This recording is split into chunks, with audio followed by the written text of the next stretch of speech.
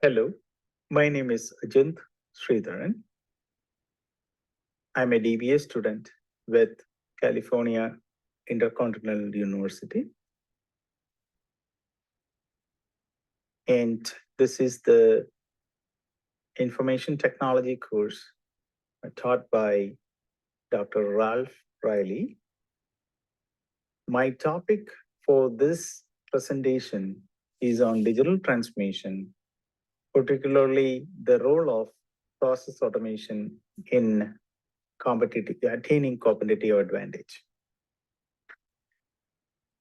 The structure of this presentation is going to be divided into an introduction on digital transmission and automation, looking at the process automation landscape, discussing the drivers for process automation, and getting a deep dive into robotic process automation, its journey, strategy, life cycle, development cycle, and a walkthrough of a sample workflow that is automated through an RPA. We'll also discuss a few benefits and disadvantages of RPA and suggested techniques or next steps embarking an RPA roadmap. Digital transformation is critical for organizations. The new economy of digital world has created a need for organizations to act quickly on their digital transformation journey. From the literature being searched and scholarly articles point out that digital transformation is widely searched, researched, and being referenced in many contexts within the business world. As every large initiative, digital transformation cannot be executed at once. Digital transformation is a journey. It needs to mature over time. Organizations need time to implement their digital transformation journey. One of the first steps in attaining digital transformation goal is to develop a roadmap for its process automation. That means the processes that are traditionally done in a particular way need to now look at how digital technologies can improve those processes and bring advantages to the organization. Now, when we look at intelligent process automation, you could really take a journey that can really be categorized into awareness, readiness, planning, and execution.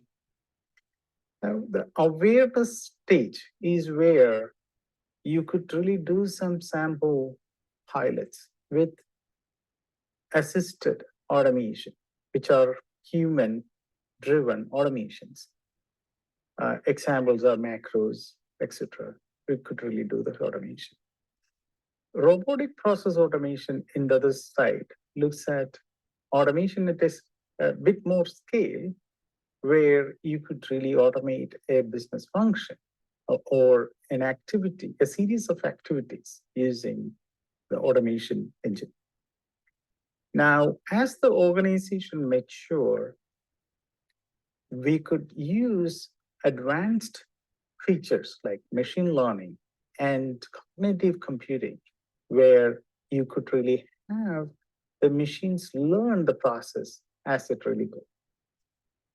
Now, I would like to reiterate the fact that organizational transformation or digital transformation is just not one project.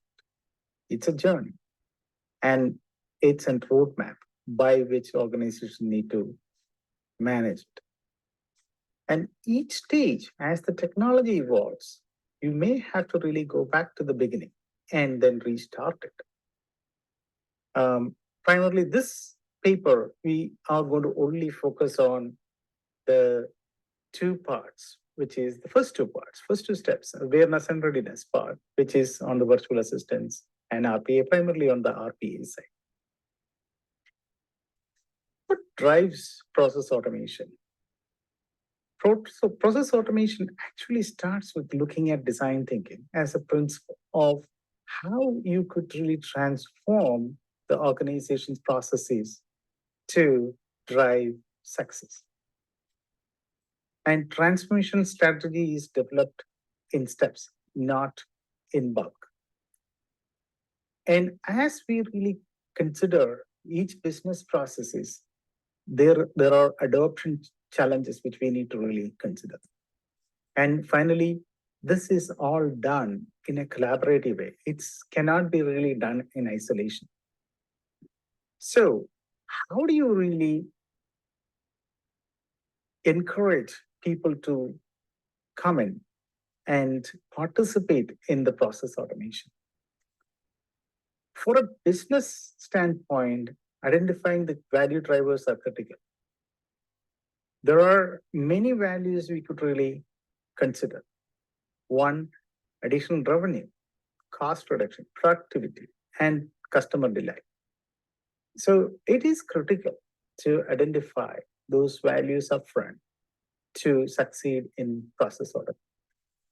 Robotic process automation has gained popularity because many organizations are challenged with their ability to react to change quicker.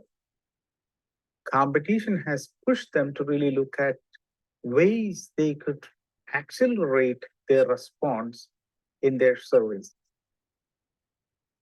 RPA, with its rule-driven artificial intelligence engine, can help organizations to speed up their processes to attain their ability to react or service faster. And what is involved in a robotic process automation journey? There are many aspects that could be automated in an organization. Within their business processes, there are several steps which are done manually. There are processes which are integrated with a software to do it. Example is a Microsoft Word, email, or Excel sheets. There are information or processes that involve steps that are desktop-based. Users are inputting details into an ERP system or other applications. There are business logics and workflows in the organization that also is digital, but driven by people. Now look at overall, how many of these processes can be repetitive, which doesn't add value to the user. And they would be repeating that process. The other angle which we should really look at automation is how much of business benefit can be brought in by accelerating those processes, or how much can the business benefit using an automated process to complete that task, gaining cost advantage, gaining time to market or time to respond, time to identify a problem and responding to it. RPA is people-centric. RPA looks at people processes, how people react to systems, how people deal with systems and processes. There are several elements of the organization that needs to be collaborating to make a successful RPA strategy. Information technology is a vital portion of that strategy. Technology There are several tools available in the market today to enable RPA.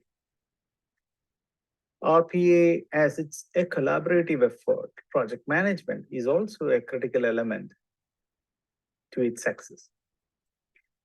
Not the least, process maturity is an interesting topic. One of the key rules in RPA is an RPA shouldn't focus on automating a broken process.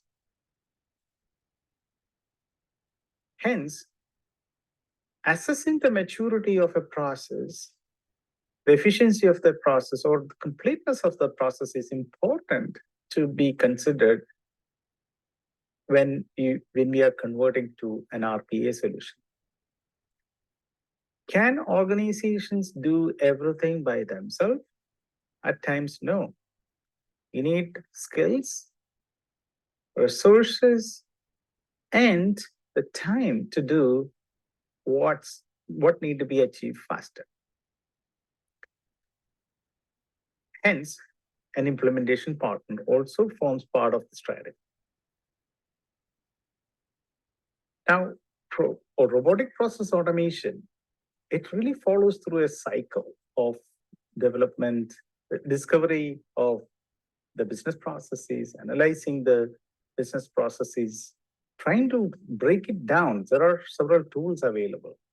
In this example, we are referring to Crayon, where you could really look at different tasks involved in that processes to find the areas where we can really improve.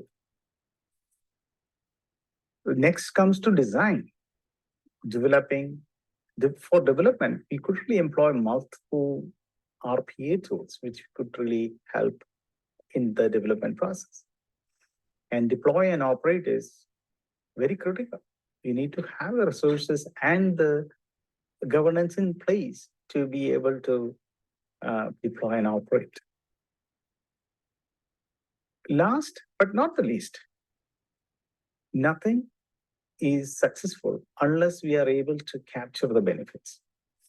It's not about developing hundreds of bots to automate the systems, automate the processes, but it is also important to understand what is the value which is created by these processes. Who is tracking and how it's been reported to the management for further investments. An RPA development cycle is no different from a standard SDLC. However, there are organizations who are matured in their agile process could also run their RPA development on an agile process. Now, generally categorized, an RPA development cycle consists of 4 different phases: the analysis phase, the development phase, testing phase, and the support and maintenance phase. Analysis and development mostly are similar to what an SDLC looks like or an agile development process for other systems. Testing is different because most RPA tools provide an inline testing tool, which could be a development testing process. However, because RPAs are dependent on other systems to really perform, a system testing with the real applications the RPA is trying to automate its processes need to be tested as well. RPA depends on those systems to be consistent to successfully complete the automation process. Support and maintenance are really critical. This is where the resources need to be allocated to make sure, and a governance process needs to be really in place to make sure that there is ample resources and skills to support, maintain, and monitor the RPA component. Let's look at a sample processes which we are automating here.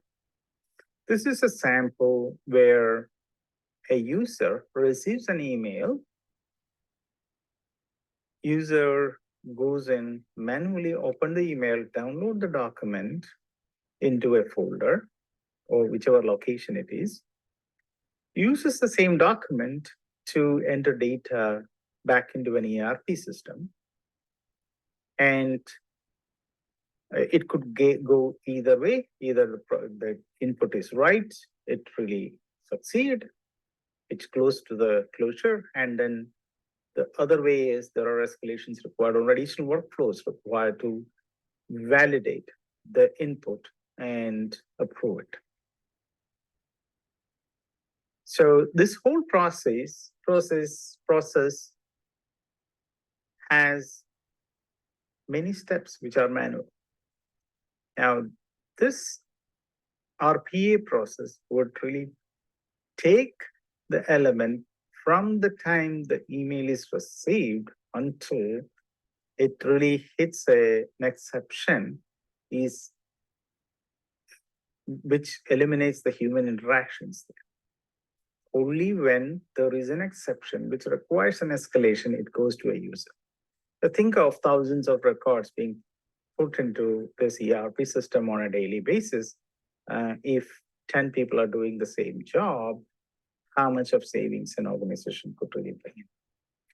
Benefits of having an RPA to automate a process are many.